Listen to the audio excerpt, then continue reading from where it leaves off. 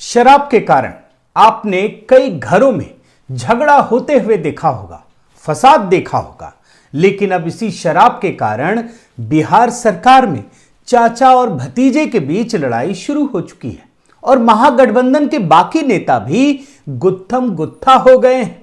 ऐसे में अगर चाचा नीतीश चाचा पलटी मार दे तो आप आश्चर्य मत कीजिएगा, लेकिन उससे पहले आपको एक झलक दिखाता हूं, एक नमूना दिखाता हूं। नीतीश जी, शराबबंदी से कोई फायदा हुआ है क्या?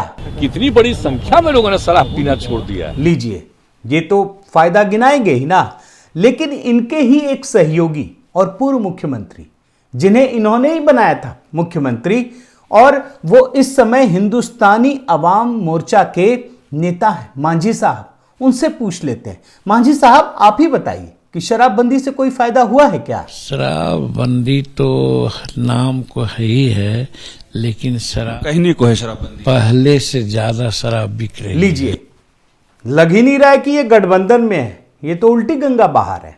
अब चलिए, इनके जो सबसे बड़े पार्टनर हैं आरजेडी, उनके नेता जिसे पूछ लेते हैं, और ये है रामबली जी, ये भी विधायक हैं। तो रामबली जी, जरा आप ही बताइए, शराबबंदी से कोई फायदा हुआ है क्या? शराब नीति फेलियर है, शराब नीति से गरीबों को नुकसान हो रहा है। ओहो, ये भी बुरा बुरा कह रहे हैं।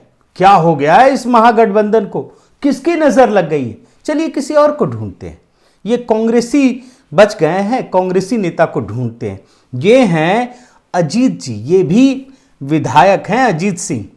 अजीत जी, आप ही बताइए, क्या कहेंगे इस शराबबंदी पर? उस स्तर के पदाधिकारी और शराब माफिया मिले हुए हैं, तभी शराब आ रहा है, हर जिले में आ रहा है। लीजिए, यहां भी वही हाल है। अब तो ढूंढना पड़ेगा, कोई और तो नहीं बच गया महागठबंधन में।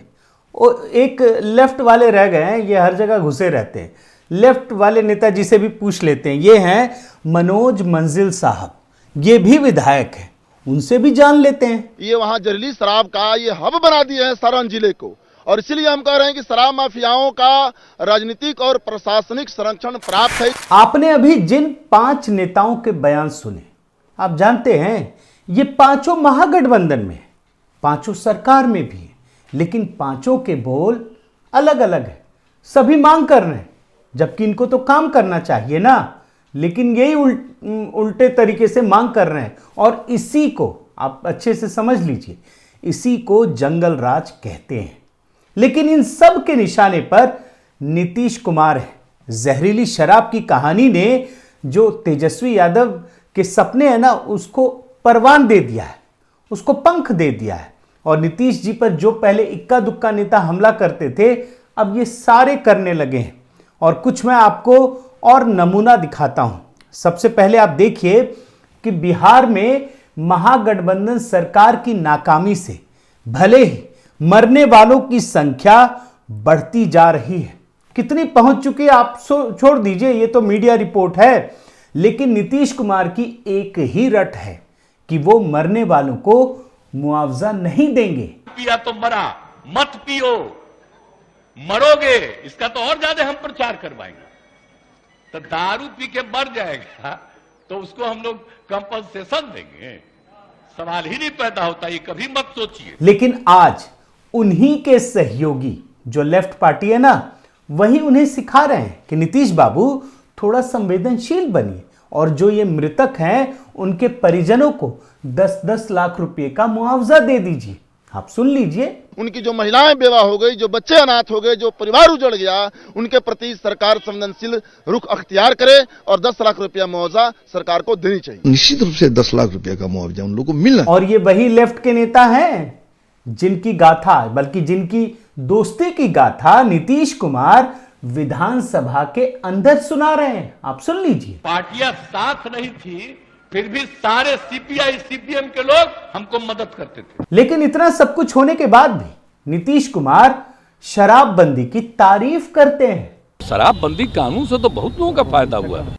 वहीं इन्हीं के गठबंधन के जो सबसे बड़ा दल है आरजेडी, और उसके नेता, उसके विधायक सुधाकर सिंह बता रहे हैं कि कैसे इस शराबबंदी से पूरा बिहार तहस नहस हो गया है। आप सुन लीजिए। ढोंग है, शराबबंदी कहीं नहीं है।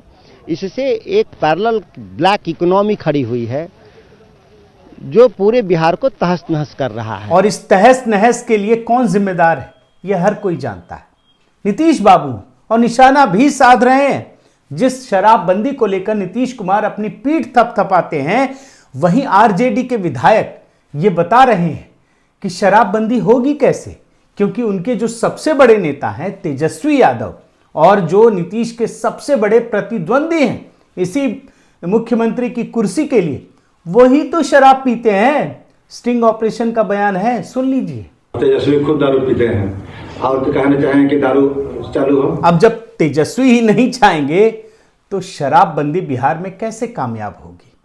लेकिन आप ये समझ लीजिए कि इस लड़ाई में जो जनता है ना, वो गुस्से में है और कांग्रेसी बड़े सयाने हैं। उन्होंने इसका भी ठीकरा नीतीश कुमार पर ही फोड़ दिया। सुन लीजिए। उच्च स्तर के पदाधिकारियों पे जो ऊंचे बैठे हैं उन पर जब तक कार्रवाई नहीं होगी, जिस जिला में भी पाया जाए, तो तभी बंदी होगा लागू।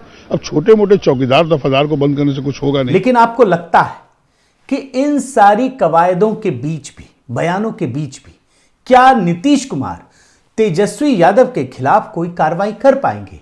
क्या वो पता लगा पाएंगे कि तेजस्वी यादव शराब कैसे पीते हैं, कहां से पीते हैं, उन्हें ये शराब मिलती कहां से है, ये पूरा सिस्टम कैसे काम कर रहा है? क्या आपको यकीन है कि नीतीश कुमार में ये साहस है कि वो इसका पता लगा पाए? साथियों नमस्कार, मैं हरिश्चंद्र बर्णवाल। जब कोई पार्टी सिर्फ सत्ता के लिए विचारधारा के विपरीत जाकर गठबंधन कर लेती है और सत्ता पे आसीन हो जाती है, तो उसका क्या हश्र होता है, ये आज आपको बिहार में देखने को मिल रहा है। जो नीतीश कुमार भाजपा के साथ सत्ता में रहने के बाद सुशासन बाबू के नाम से मशहूर हो गए।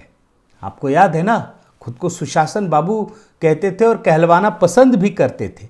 उन्होंने जैसे ही राजद के साथ जाने का फैसला किया, पलटू राम वाला जो उनका नाम था ना, वो फेमस हो गया। याद है ना, इन्हीं के लोगों ने दिया है, सुन लीजिए। पलटू राम ही कहिए। पलटू राम है, पलट गए। पलटू चाचा के नाम से जाने जाते हैं, पलटू चाचा जी। लेकिन अब पलटू राम से धीरे धीरे इनके ऊपर जंगल राज लागू करने का जो धब्बा है ना, ये नाम चस्पा होता जा रहा है। आप देख लीजिए। हालांकि इस शब्द को सुनते ही नीतीश कुमार बिफर पड़ते हैं एकदम से। आप सुन लीजिए। कहाँ जंगल राज आया है? और तेजस्वी यादव से जब आप पूछेगा ना, तो वो तो सीधे मुंह तोड़ने की बात कर देते हैं। ये भी आप देख लीजिए। जंगल राज जंगल राज जंगल राज में आप खड़े होकर के जंगल राज चिल्लाओगे और आपका कोई मुंह नहीं तोड़ेगा, तो वो जंगल राज थोड़ी ना है। अब भले ही दोस्तों परिस्थिति कितनी ही खराब हो रही हो, लेकिन इस मौके पर इनके सबसे करीबी जीतन राम मांझी को याद करना जरूरी है। और जीतन राम मांझी मैं बार बार क्यों लाता हूं, आप समझिए। क्योंकि नीतीश कुमार के सबसे विश्वास पात्र रहे। जब नीतीश कुमार हट रहे थे मुख्यमंत्री पद से, तो इन्हीं को मुख्यमंत्री बनाया था। इतने करीबी हैं। और उसके बाद इन्होंने बाद में अलग पार्टी बना ली हालांकि। और जब नीतीश कुमार के बारे में मौका आया, जब ये राजद से जाकर मिले, तो यही जीतन राम मांझी हैं जिन्होंने कहा कि इन्हें प्रधानमंत्री कहिए। अब ये प्रधानमंत्री बनने वाले हैं, सुन लीजिए। मुख्यमंत्री ना कहिए, आप प्रधानमंत्री कहिए तो ज्यादा अच्छा लगता है। और आज वही जीतन राम मांझी महागठबंधन में ही हैं। आज वो खुलेआम ये ऐलान कर रहे हैं कि बिहार में किस तरह से जंगल राज आ गया है, सुन लीजिए। लिखा परदेश किस्मत में वतन का हाल का होगा, और जहां बेदर्द मालिक हो वहां फरियाद क्या होगा। और याद रखिए, अभी तक इस वीडियो में जितनी भी चीजें दिखाई, जितने भी बयान सुनाए, वो सब के सब महागठबंधन के नेताओं के बयान हैं। उन्हीं लोगों ने नीतीश कुमार पर हमला बोला। वो आपस में गुत्थम गुत्था है, वो आपस में लड़ रहे हैं। अब वो चाहे जो भी मकसद हो, आप समझ ही रहे होंगे, लेकिन हकीकत यह है कि इससे बिहार के लोगों का नुकसान हो रहा है। और जब जीतन राम मांझी शेर व शायरी के जरिए जंगल राज होने का ऐलान कर रहे हैं, तो वो खबरें भी धीरे धीरे आपके सामने आने लगी हैं। अब आप देखिए ना, यही अवैध शराब के कारोबारियों पर जब पुलिस कार्रवाई करने के लिए पहुंचती है, तो उन्हीं पर हमला हो जाता है। आप सोचिए, जो ये अवैध शराब के कारोबारी हैं, इनका हौसला कितना बुलंद है और इन्हें कौन शह दे रहा है, आप इस बात को समझने की कोशिश कीजिए। और इसीलिए बिहार के बेगूसराय जिले से ऐसी तस्वीर आती है जहां बूढ़ी गंडक नदी पर 13 करोड़ रुपए की लागत से 206 मीटर लंबा पुल बनाया जाता है, लेकिन वो उद्घाटन से पहले ही गिर जाता है। आप सोच लीजिए, देखिए ये खबरें दब गई हैं कहीं ना कहीं, लेकिन ये बहुत बड़ी खबर है। अगर ये किसी भाजपा शासित राज्य में होती ना ये खबर, तो दिन भर इसी पे लगे रहते। लेकिन चूंकि कितनी खबर हो, जंगल राज की तो बहुत सारी खबर है ना। और आप देखिए, एक और खबर छोटी सी दिखाता हूं कि बिहार के मुजफ्फरपुर में अचानक किसानों के सामने यूरिया का संकट खड़ा हो जाता है, लेकिन इसे कानून व्यवस्था का मसला बताया जाने लगता है। और ऐसे में जब शराबबंदी से लोगों का ध्यान डाइवर्ट नहीं हो रहा है, तो नीतीश कुमार ने और इस महागठबंधन के लोगों ने एक चाल चली है, एक ऐसा काम किया है जिससे सारी खबरें दब जाएं। और देखिए, इन लोगों ने नौकरी का शिगुफा छोड़ा है, ऐलान किया है बहुत बड़ी बड़ी नौकरी का। वैसे तो मोदी जी ने भी अभी लाखों लोगों को नौकरी बांटी, इतना हो हल्ला नहीं मचाया उन्होंने। लेकिन आप देखिए कि आज आप बिहार की खबर सर्च करेंगे गूगल में, तो पहले ये नौकरी वाली खबर आएगी, और जो जहरीली शराब वाली खबर है ना, वो नीचे आपको दिखेगी। लेकिन बिहार की कहानी इससे दूर नहीं होने वाली है, क्योंकि नीतीश कुमार इस समय सत्ता के नशे में जो हैं कि पियोगे तो मरोगे, जबकि तेजस्वी यादव को लगता है कि ये वही सही मौका है जब नीतीश कुमार को बदनाम करके उन्हें सत्ता से बेदखल किया जा सकता है, उन्हें मजबूर किया जा सकता है कि वो मुख्यमंत्री की कुर्सी छोड़ दे और ये कुर्सी उनके लिए खुद ब खुद उपलब्ध हो जाए।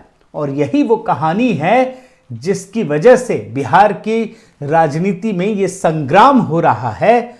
लग तो रहा है कि शराबबंदी के कारण हो रहा है, लेकिन महागठबंधन के सारे दल, सारे नेता सिर्फ एक ही कोशिश में लगे हैं, और सबका स्वार्थ कैसे सिद्ध हो, इसी वजह से बिहार की जनता पिस रही है। साथियों, एक समय था जब बिहार राजनीति की गोटी सेट करता था और पूरे देश के लिए बल्कि एक पथ प्रदर्शक बना हुआ था। लेकिन बाद में एक ऐसा समय भी आया जब इन नेताओं ने बिहार की भोली भाली जनता को बेवकूफ बनाने का प्रयास किया। और ये नेता कौन है आप समझिए, ये जेपी आंदोलन से निकले हुए नेता हैं। इसलिए जनता ने इनकी बातों को माना, विश्वास किया और उनके राह पर चलने का फैसला किया। लेकिन जैसे जैसे ये समय गुजर रहा है ना, इनकी कलई भी खुलती चली जा रही है। और यकीन मानिए, जब ये जहरीली शराब किसी की जान लेती है ना, तो वो ये नहीं देखती कि वो व्यक्ति किस जाति का है, किस धर्म का है।